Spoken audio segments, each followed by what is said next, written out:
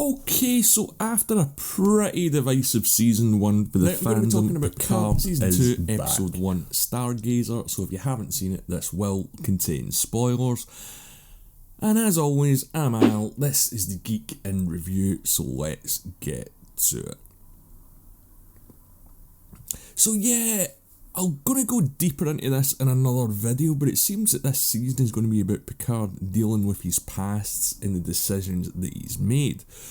But this episode opens up with the attack scene that explains why it was released last week, because it's not really ruining anything for us. So the Borg are taking over the bridge of the new Stargazer, but before Picard manages to destroy the ship, he does hear the Queen mention his name, and then we get some very new sexy credits. The theme is pretty much the same, but it just feels a little bit deeper, a little bit more serious. So the actual episode itself opens up on Earth 48 hours before the attack on the Stargazer, and Picard is just going about his business with a bunch of Romulans living at the chateau.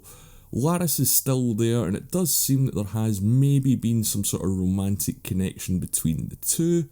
But Picard seems happy about where he is in life, and they do talk about seizing the day and time and whatever, because that's going to be what this season is about, and they do go a little heavy-handed with that in this episode. But that's just my point of view, but there was far too many mentions of time and everything for me, but I'll get to that in a minute.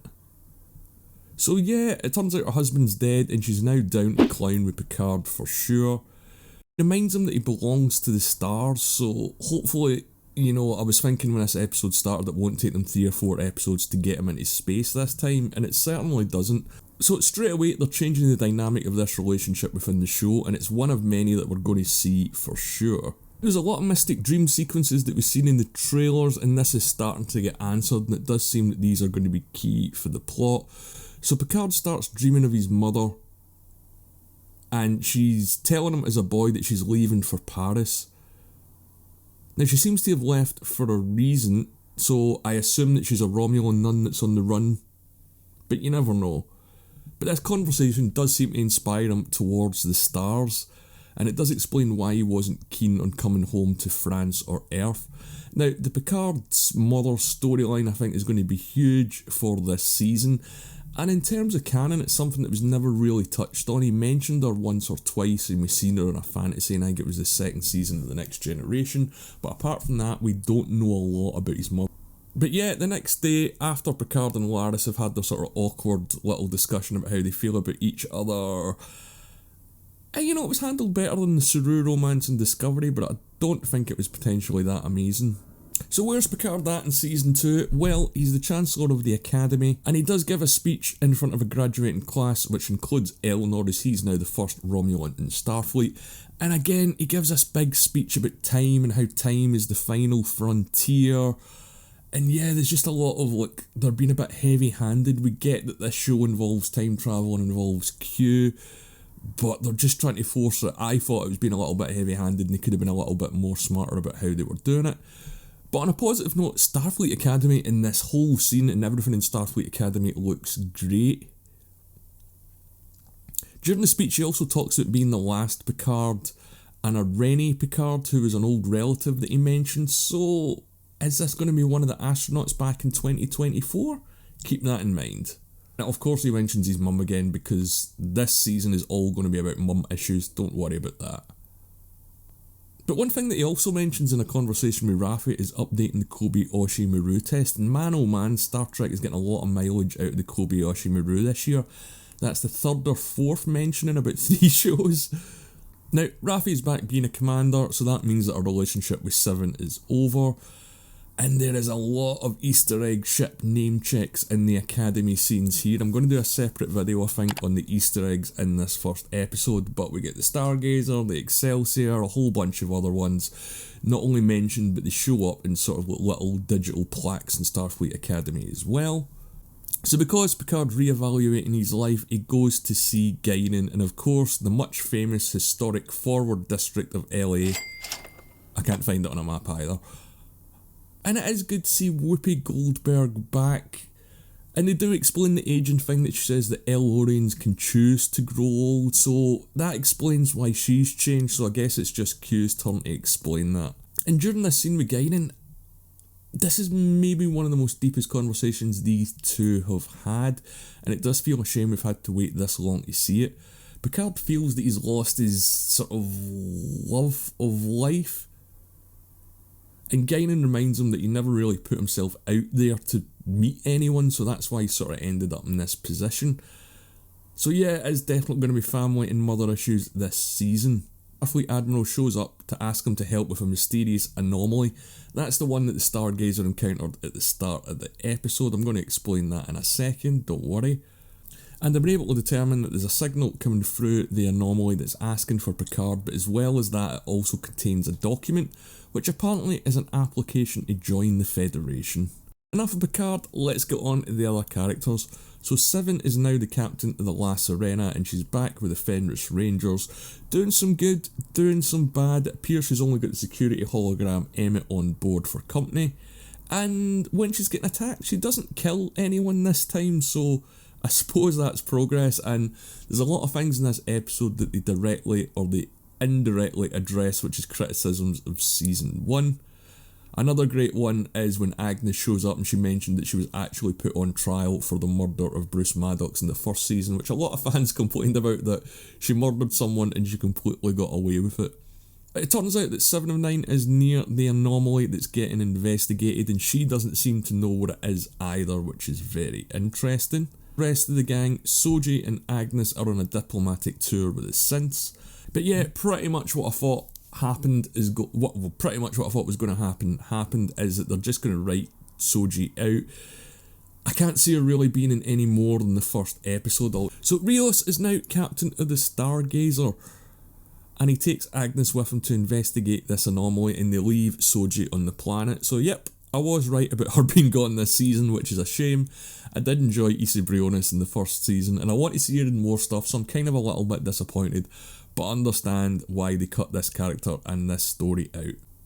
And Rios does make it so when he's on the way to the anomaly, and his new ship, the new Stargazer, looks great, but the opening profile shot of it didn't really show too much. And as for the interiors, the bridge looks great. The scene reminds me of the Fifth Element once they get to the anomaly when the evil appears, because they don't really have a clue what's going on. 7 of 9 shows up, and as I mentioned, the message gets through from the other side, and it's in several languages, which sound like multiple voices speaking at once, asking Picard for help. So it seems that the Borg want to join the Federation now. Man, that's gonna be interesting for what the fan base think. And there's a lot of few points about the Borg in here as well, and where they are in the Star Trek timeline that I think's interesting. So Picard joins them on the Stargazer, and he's pretty happy to be on board. Agnes does mention that the new Stargazer is using Borg tech. She also mentions that the Borg have been decimated. Now, the last time we really seen the Borg was about 20 years ago in Voyager's Endgame. So what's happened between Voyager getting home and now that the Borg are decimated? I mean, this seems to be common knowledge the way that Agnes says it. But once Picard is on board the ship, he hails the rift, and yeah, it's the Borg, and it's some entrance when they do come through. The ship looks great, but what do they want? It's a very different Borg ship from anything that we've ever seen. It does look very old and battered. And straight away, a Federation fleet shows up with Raffi, and thankfully it's not all the copy and paste ships that we got from the end of Picard's season 1. And as I mentioned earlier on in the video, the writers and the showrunners do seem to be addressing issues that season 1 had, namely the copy and paste ships at the end, so we do get a proper full size, full force Federation or Starfleet fleet showing up, and it's great. So when the Borg show up, no one really knows what to do because they're asking for help. 7 of 9, understandably given their experience, isn't buying it. So some people want to gamble that the Borg will be on side, and 7 reminds them that the Borg are murderers, not just of hundreds or thousands or of billions, and that they destroy lives and families and everything like that. So the Federation or Starfleet aligning with them wouldn't really make sense. In fact, it would be a pretty selfish move of Starfleet to do it, because they'd only be doing it to get a one-up on technology. A species 8472 or something a bit bigger than the Borg, maybe, but they really should have done more investigation, I think, on this. So the Borg want to negotiate and they want to send the Queen on board the Stargazer, and we all know how this ends. And for some reason, as soon as the Borg suggest this, Rios completely kicks off, raises the shields, armed weapons, and I'm not really sure why, because all it is a suggestion. I mean, it does escalate pretty quickly and the Queen gets on board, and she's got a great new sexy Darth Vader look with a mask. Now, I did initially wonder, why are they putting the Borg Queen in a mask when we've already seen her in the trailers? And she does say that she wants peace, but she wants power, actually, so she does try and take over the ship, and given that there's Borg technology on the Stargazer, it does seem to be relatively easy for her. Is obviously they're trying to stop her, and you see that fight scene get recreated on the bridge, and there's all the shooting and bang bang bang and zap zap zap, but I think it's Seven or Agnes who actually points out that she isn't killing anyone, she's just injuring them, which does seem to be a little bit odd, but then again, she might need drones. But I think what's more interesting about this is the new or the old design of the Borg ship, because I don't think this is a new version of the Borg. I think this is maybe one of the oldest versions of the Borg that we've ever seen. Picard activates the self-destruct and he does use the code, which I thought was great, but again, because that was one of the first Star Trek films I've ever seen, Star Trek 3, The Search for Spock, so it's got a special place in my heart, but I did think, why are they making the codes the same? Everyone's password should be different. So before the ship can blow up, the Borg Queen says something to Picard and it's quoting his mother. So yeah, it turns out that Picard's mum's probably a Borg Queen, and that explains the reason that she's wearing the mask in this shot, because we all know the actress that's playing the Borg Queen from the trailers, so that's the only reason to hide it. Is, I hate to say it, and I think it could be simultaneously brilliant and terrible, but Picard's mum is probably a Borg or a Borg Queen. And this would explain a few things, mainly why the Borg went after him in Best of Both Worlds, because they would know about him from his mother, and I think they're going to open this up, and if they do it well, it could be brilliant, and if they do it terribly, it can't be any worse than Picard Season 1. So before the ship explodes, he wakes up and he's back home in Shuttle to Picard, but it's very different. He's not living with Laris, there's just a synthetic there. All the art and stuff on the walls is different, so we get that more aggressive Enterprise D, we get the black Starfleet uniforms and the different insignia. And then all of a sudden Q shows up. Now we've had the Guinan explanation as to why she looks older. They've done exactly what a lot of people thought they were going to do, which is shows up with a de-aged Delancey, and then he says, "How terribly rude of me," snaps his fingers, and he's a bit older. And this was great.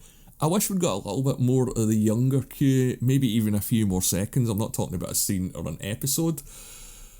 But yeah, look, the Q introduction, the next episode is going to be a Q episode because this came so late in the day, and it was all a great setup. There is a lot of questions from this. And Q does mention that this reality is Picard on the road not taken, so does that mean that this is the reality where he fell in love? If so, it's a pretty dark timeline.